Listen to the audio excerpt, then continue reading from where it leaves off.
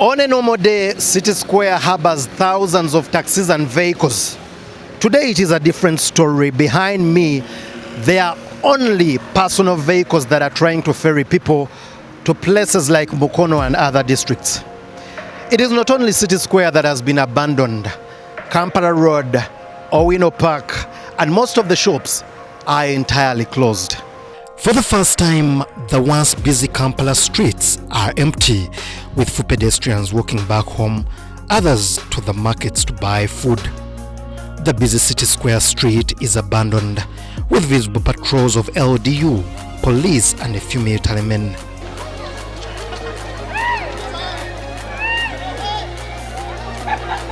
The lockdown has started taking shape. At the old taxi park, the first sight gives an impression of a deserted area.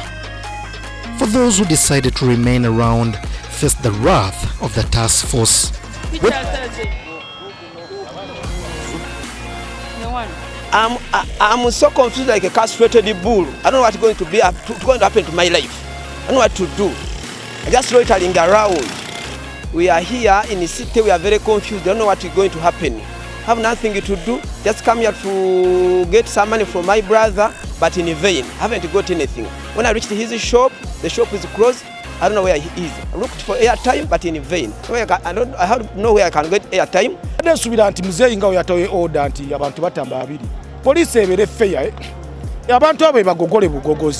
Whether the beating aspect of those moving on the streets was part of the lockdown, one is to wonder. The border riders who defied the presidential directive had their bikes impounded.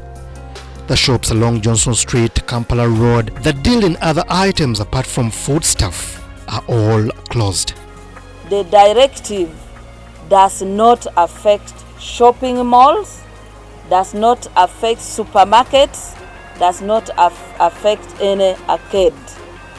Therefore, the only thing that those are supposed to do is to ensure that the 4-meter radius within the shops in the arcades, the SOPs for washing hands and other related SOPs are followed.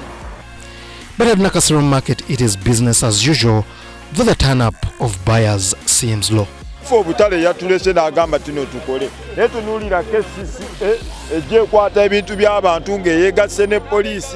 On Wednesday evening, in the fifth address to the nation since the first victim of COVID-19 was announced, President Museveni suspended use of public transport for 14 days with immediate effect.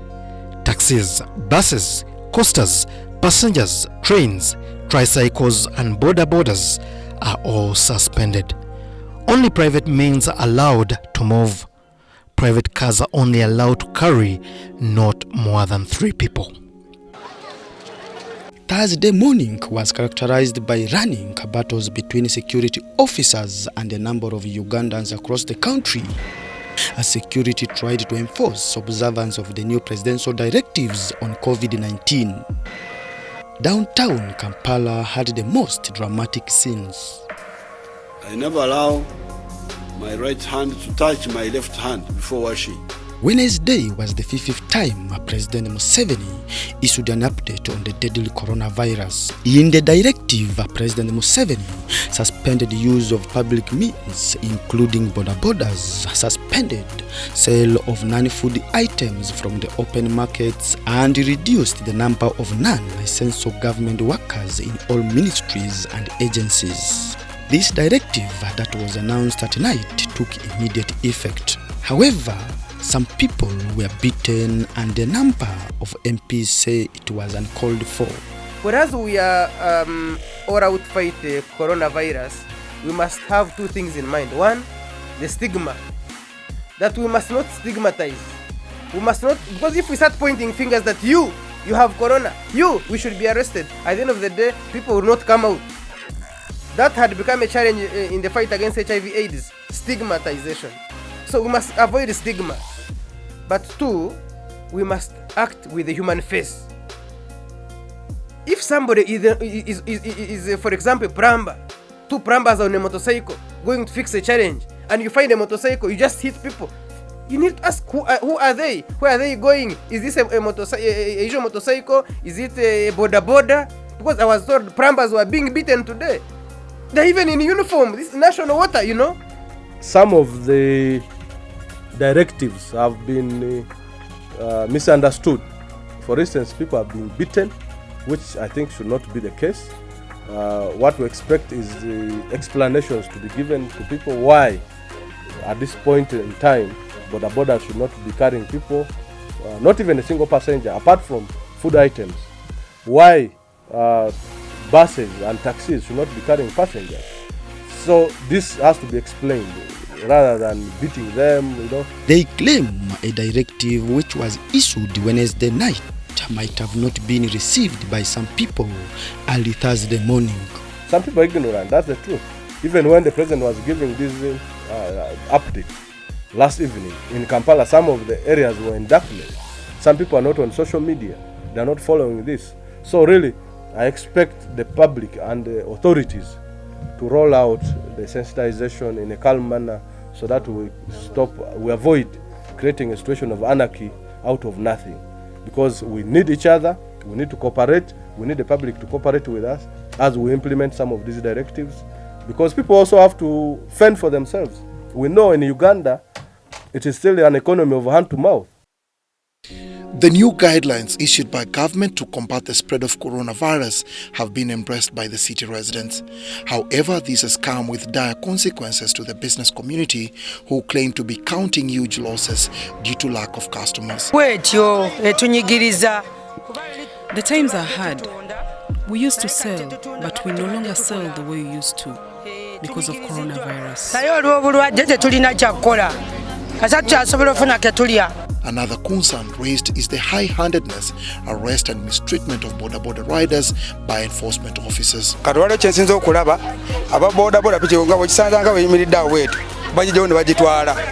It is painful that LDUs are confiscating every motorcycle they come across, no matter whether it's packed or even carrying food.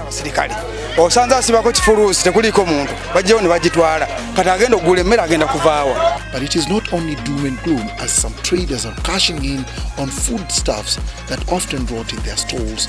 The bitter lemon is one of the foods that are on high demand, and this is due to speculations that it helps keep the virus at bay. I sell 3 tangerines at 1,000 shillings. 4 passion fruits at 1,000 shillings because they are the best quality anyway. The bitter lemons, I sell 3 at 1,000 because they are at a very high demand in this situation. Though timely and necessary, the additional stringent measures seem to be rubbing the public the wrong way. Now, of course, from what we've seen, most of the people have adhered to the guidelines of the government, but most of the traders have issues, and they say these issues are pertinent and need to be solved immediately. Some small-scale traders have started pondering on their next move as government imposes tough protocols to contain the spread of the contagious coronavirus.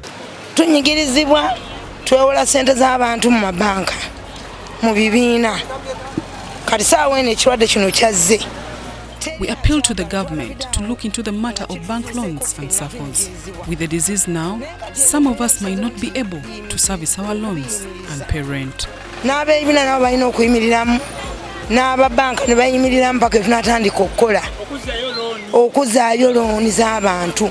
Ekirwadde atwe ku buyambi nga bw'olaba Rwanda bwe yayambye ku bantu baayo, Kenya bwe yayambye ku bantu baayo. Omusajja gwe bayita omusajja aba n'ensawo enzibizi. Gavumenti erina okuba n'ensawo ey'eki enzibizi gy'alina okukwatamu ayambe ffe abanaku ba wansi. The situation in Kampala open-air markets is bound to worsen in the coming days before it gets better in the long run. And this is due to the projection of increased cases of COVID-19. The recent directive to have all public transport suspended has started biting, with a cross-section of Ugandans objecting to the directive. Just hours after the president issued new measures against fighting COVID-19 pandemic, we tracked Sampath in Kampala. Some motorcycle riders, locally known as bodas, continued business as usual, ferrying 1 or 2 passengers. This, however, caught the eye of security personnel, especially police, which was on hand to ensure the presidential directive is respected.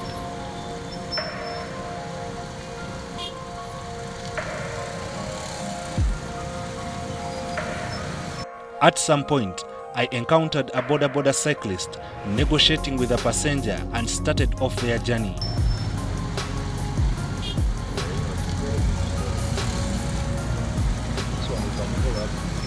On realizing that I was recording them, they immediately stopped. The customer cleared her fare and continued on foot.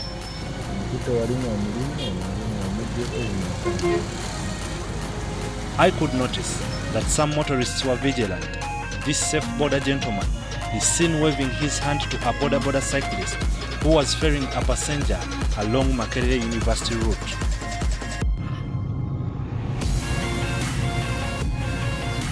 Those who have respected the directive were carrying cargo and merchandise as directed by government. Most personal vehicles I sampled by observation have obeyed the measure by carrying 3 passengers, though it was hard to tell how many might be carried in cars with tinted windows.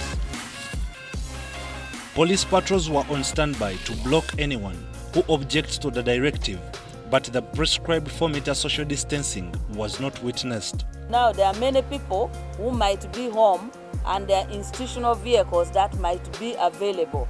So that mechanism is supposed to be worked out by Ministry of Internal Affairs, and that concern is legitimate.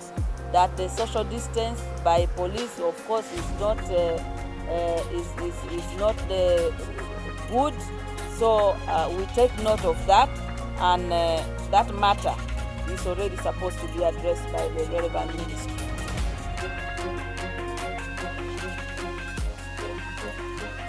As effects of COVID-19 outbreak continue to bite, Ugandans have been implored to observe the set guidelines to avoid the spread of the nightmare virus. The Ministry of Trade and Industries has this Thursday come out to drum up for traders' adherence to the presidential directives and Ministry of Health guidelines, warning that anyone that will do to the contrary will live to regret.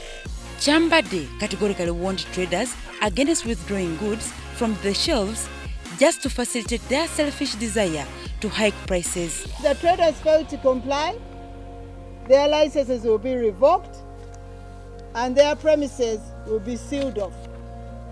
So if you are a consumer, please let us know of any trader who has hiked costs, especially of the essential commodities. Minister Chambade has accordingly urged manufacturers to continue with their businesses but also be conscious of congested working environment. On the issue of arcades, the minister clarifies that such centers are to continue operating just like distribution centers for food and beverages. Otherwise, restaurants, supermarkets, arcades, boutiques, and other shops outside the food market remain functional, but they must observe the guidelines in place. So, well, manufacturers and business community and Ugandans, let us be the agents of defeating the spread of COVID. Once we comply with all the guidelines, this pandemic will go within a short time. The minister has, however, registered disappointment with the manner in which the enforcement officers are handling traders, describing it as uncouth and unbecoming. You are not supposed to close depots or distribution centers or stocks. You are supposed to close bars where people have converged and are drinking.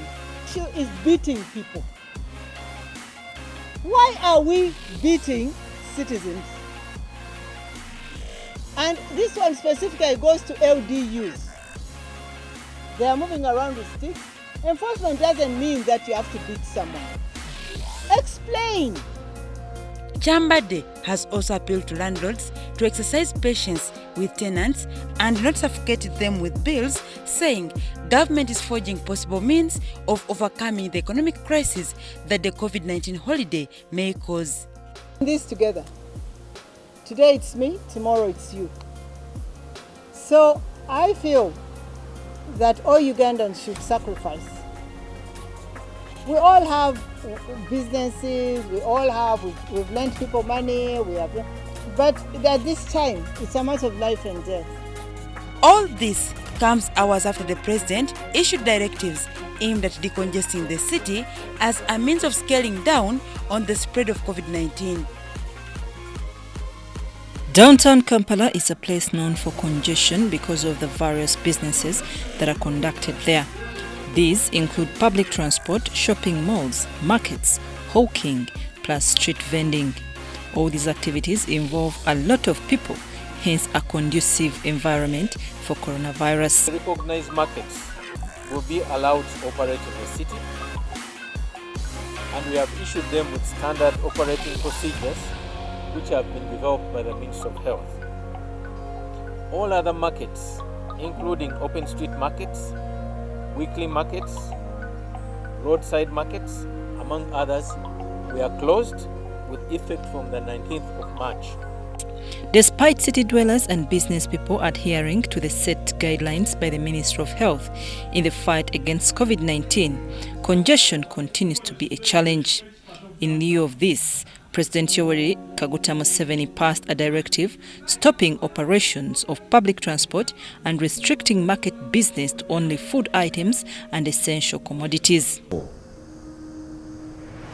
Trading in the markets, other non-food items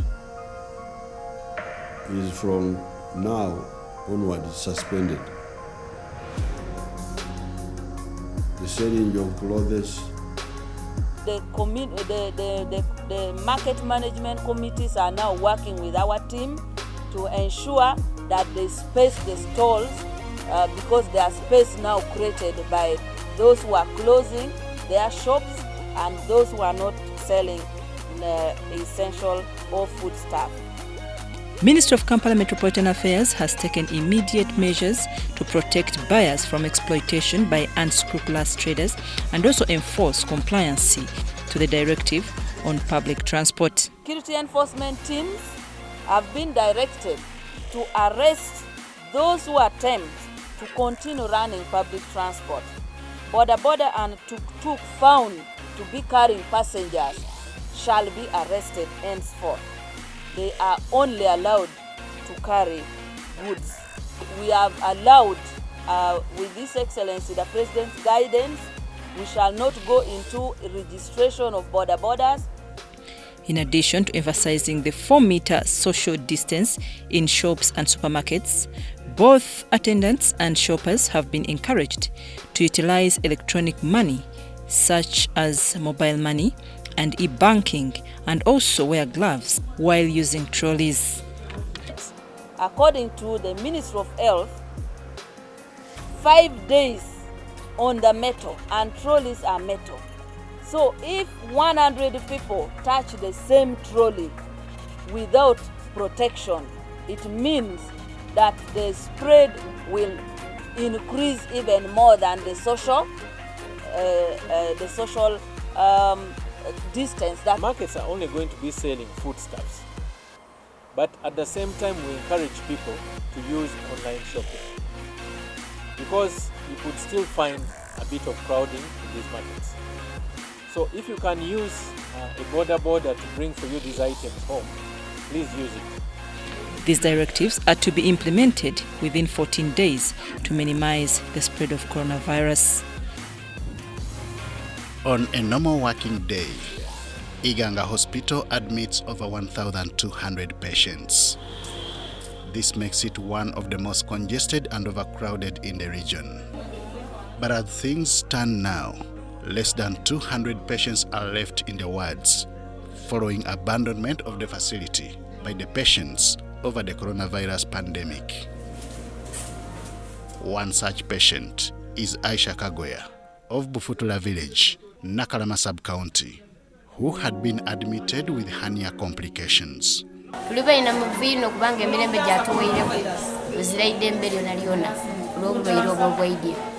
She expressed discomfort over the manner in which hospital beds were spaced, with congestion being visible at the facility. Ayanga tunatuna tulikutya bulwaire obubitirire munsi era tuli bayina mu mavina zachi tuladukutya kubanga tubatulikola zakyakukola. It is a concern which also caught the attention of the hospital management, noting that majority of fleeing patients were mothers with minor ailments. Ramadan Mugorofa, the Uganda hospital administrator, says the children's ward was the most affected.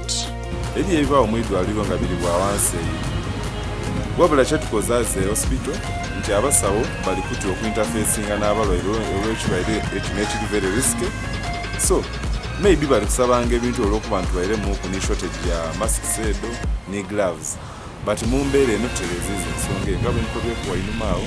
To affirm this assertion, more victims other than Kagwea expressed their fears. Bantu bali kwetya ati nabamwe nsobola okufuna obulwaire obungi n'abanga afuna obulwaire bw'okubiri kuba wenda kwida buno oli mulwaire wa kyera oli mulwaire wa n'abantu ako konna kakugemera eno ati tusobola kulwalira mu kyalo eno neidde okutaasibwa obulamu obwaife. Aye nze mbere nkuba nti ekyokunaaba obulabe tekimatiza abantu bere nga batufuugerengako n'ebibiri.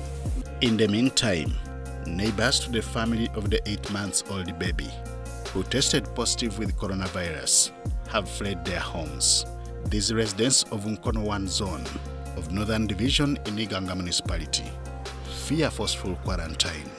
A neighbor who spoke on condition of anonymity said the past 2 days security personnel had been flocking the area, urging them to undergo quarantine.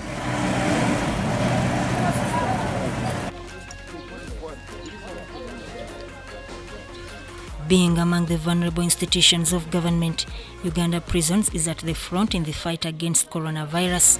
The Public Relations Officer, Uganda Prisons, Frank Baine, says they have set Chitalia Prison in Mityana District and National Isolation Center for prisoners having COVID-19.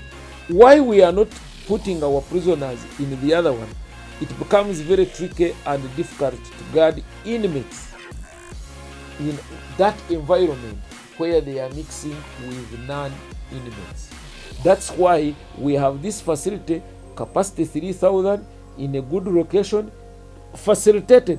We have equipped it to the required level with the help of Ministry of Health and our own capacity with doctors and other health workers, such that in case there is a case that requires admission, whether it is from Arua, whether it is from Mbare, whether it is from Kisoro, this admission will be done in Chitalia for easy management of security and health.